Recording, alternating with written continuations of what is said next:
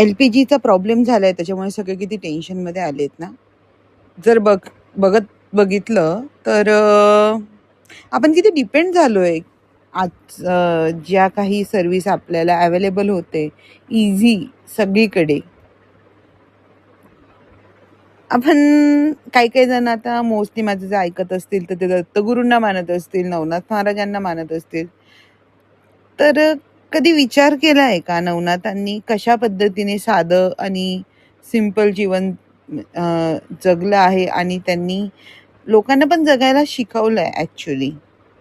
Yes, आता मला बरेच जण म्हणतील मॅडम ते काही सोपं आहे का? तुम्ही आता काय चुलीवर भाकरी करून खाऊ शकतात का आणि नुसतं भाकरीवरती जगू शकतात का? माइट बी, कदाचित हो पण आणि नाही पण. कारण मोस्टली जर आता मी बघितलं तर गेले 2 महिन्यापासून मी दोन्ही टाइम भाकरीच खातीये. ओके.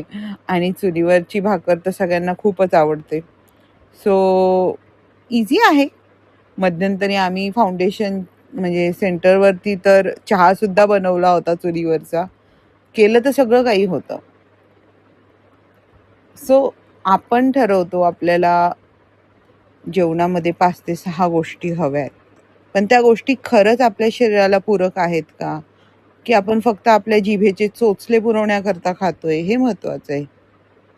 आज कित्येक सारे डायटिशियन, डॉक्टर सगळे बोलतायत. मी सुद्धा म्हणायला गेलं तर पहिले बऱ्याच वेळा झोमॅटो, स्विगी कारण कामाच्या गडबडीमध्ये मला घरी स्वयंपाक बनवायला वेळ मिळत नव्हता, तर मला हे सगळ्या गोष्टी म्हणजे बाहेरूनच मागवाव्या लागत होत्या. पण त्याचा इम्पॅक्ट माझ्या शरीरावर इतका झाला की माझी पर्सनल जी डायटिशियन आहे, सो तिने मला डायरेक्टली ह्या 6 महिन्यामध्ये जी माझी तब्येत खराब झाली होती, तर तिला लेवलमध्ये आणलं.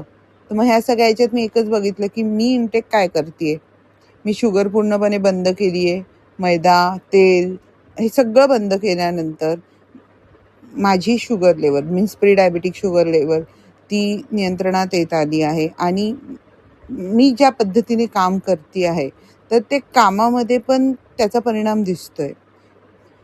सो आपण जे खातोय ते खरंच आपल्या शरीराला योग्य आहे का? मला नाही आठवते की मी लोणचं कधी घेतलं किंवा आजकाल म्हणतो ना आपण की घरी एखादा प्रोग्राम आहे तर आपण भजी करतोय, जिलेबी करतोय. It's like no.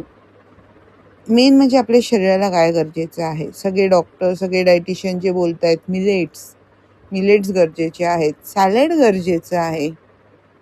इवन आपण घरी छान दही करू शकतो, घरी छान पनीर करू शकतो. ह्या सिंपल गोष्टी आपण जर आपल्या आहारात आणल्यात तर आपण आपलं आणि आपल्या प्रियजनांचं किंवा आपल्या घरातल्या लोकांचं शरीर खूप छान ठेवू शकत नाही का? चहा, प्रत्येकाला चहा आवडतो डेफिनेटली. पण कधी प्युअर दुधाचा त्याच्यामध्ये फक्त आलं किसून तो चहा पिऊन बघा, किती सुंदर लागतो. 1-2दा अवघड होईल पण तिसऱ्यांदा नक्कीच सवय होईल. हे आपल्या शरीराकरता गरजेचं आहे. आणि आता गॅसचं तर डोंट नो ते कधी काय कशा पद्धतीने परत स्टार्ट होईल.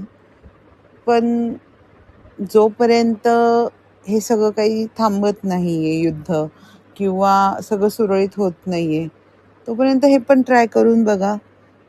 आपल्या संपूर्णमने खूप छान चूल पण डेव्हलप केलेल्याच आहे, तर आमच्याकडनं तुम्ही ऑर्डरही करू शकता. सो काय वाटतं तुम्हाला माझ्या ह्या विचारांवरती? नक्कीच कमेंट करून सांगा.